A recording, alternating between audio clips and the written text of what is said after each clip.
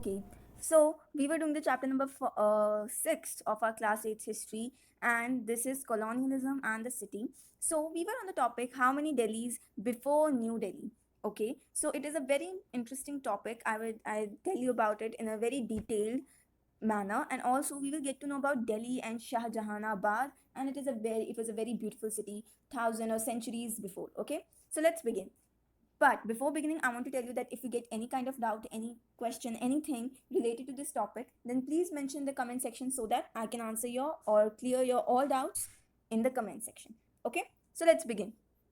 So the first thing here it is telling about that Delhi was a capital of modern is a capital of modern India. We all know, right? But we don't know about that Delhi was capital thousands years before all as well. Okay, and we will get to know about the Shah Jahan time in this. Okay, but we have to tell that Delhi covers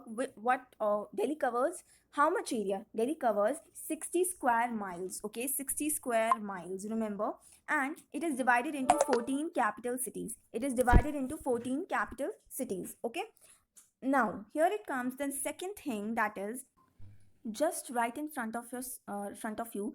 I have shown the map of Delhi. Okay, these are the boundaries of Delhi, and here if you can see, here is a red colored area, that is Shahjahanabad. Okay, so Shahjahanabad was a walled city, means it had fortifications, and it is about 1639 here, 1639 in our books as well. So 1639, in 1639 Shah Jahanabad began. You can say it began, the kingdom began in Shah Jahanabad. It is just right in the west of Jamuna river. In Hindi we call it as Jamuna, and in English we call it as Yamuna. Okay, and now here it is, the next thing, that this walled city has how many gates? This walled city has 14 gates, had 14 gates actually.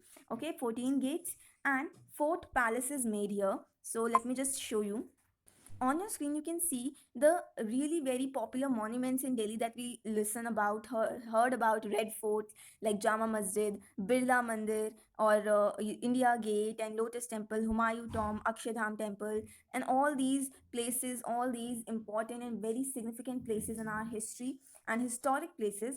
Most of them are in Shahjahanabad area, if you see. Okay, actually here the map is little wider here of Shahjahanabad, but Shahjahanabad did not cover this much area. It covered a really very small area that I have showed you in the last map. Okay, now if you can see here, okay, I want to show you that Red Fort was here, just like in the Shahjahanabad. This area is known as Red Fort. Okay, so the Red Fort included, this was included in fort palaces, okay, of Shah Jahan. And first thing, who made Shahjahanabad? Very common thing, Shah Jahan, Mughal Emperor Shah Jahan. Okay, and also here you can see Chandni Chowk. Let me just show you.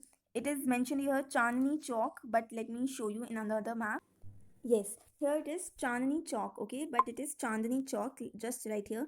Then here you can see also Faiz Bazaar, okay, and let me show you. Here it is your Faz Bazaar, which is mentioned in your book. These are really very important. These were really very important markets. And in Chandni Chowk, there was an underground tunnel also in the center of Chandni Chowk.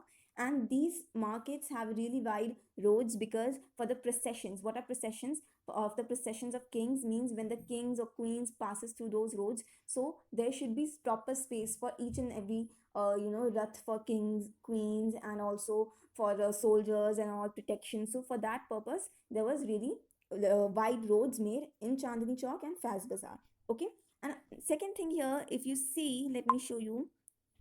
Okay, here is your Jama Masjid as well. Okay, this is your Jama Masjid. The spelling is wrong, but it is Jama Masjid.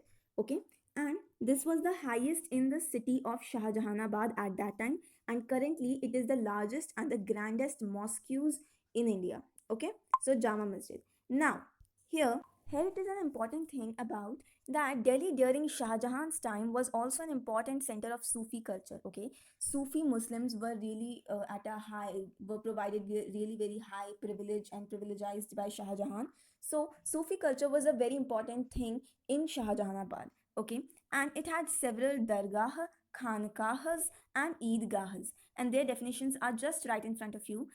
Just right in front of you. There is Dargah, Khanqah, and Eidgah.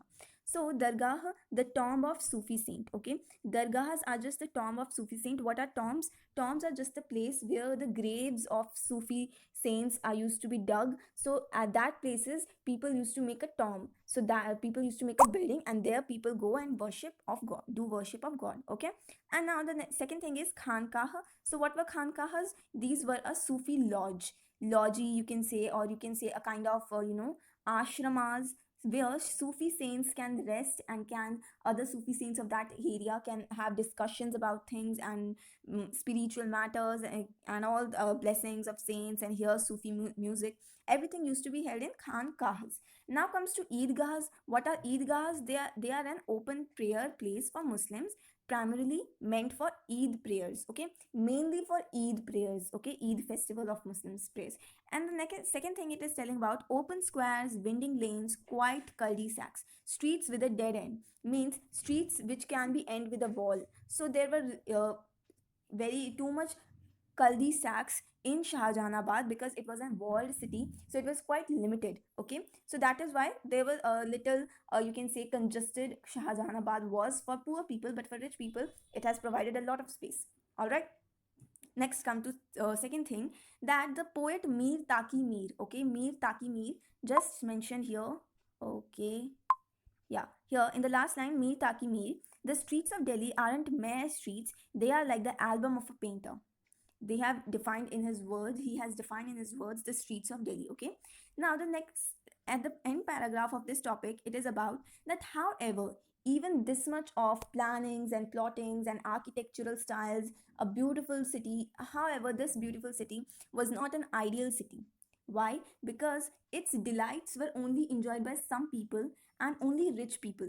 And there were really very sharp divisions, means there were really very strict divisions between rich and poor, and discrimination between rich and poor. Havelis or mansions are known as havelis also, were interspersed with the far more numerous mud houses of the poor. Okay, so there were so many mud houses in Shahjahanabad for the poor people, and for the rich people there were so many havelis and mansions. So this colorful world of poetry and dance was usually enjoyed by only men, and women were not that much privileged in Shahjahanabad that they can also enjoy colorful world of poetry, or you can say poetry and dances. They cannot enjoy in that Shahjahanabad. So it was just a fake beauty which was not that much beautiful from by heart. Okay, all right, so this was all in this topic. I hope you got this topic really well, and if you get any doubt, please mention in the comment section. Thank you, have a good day.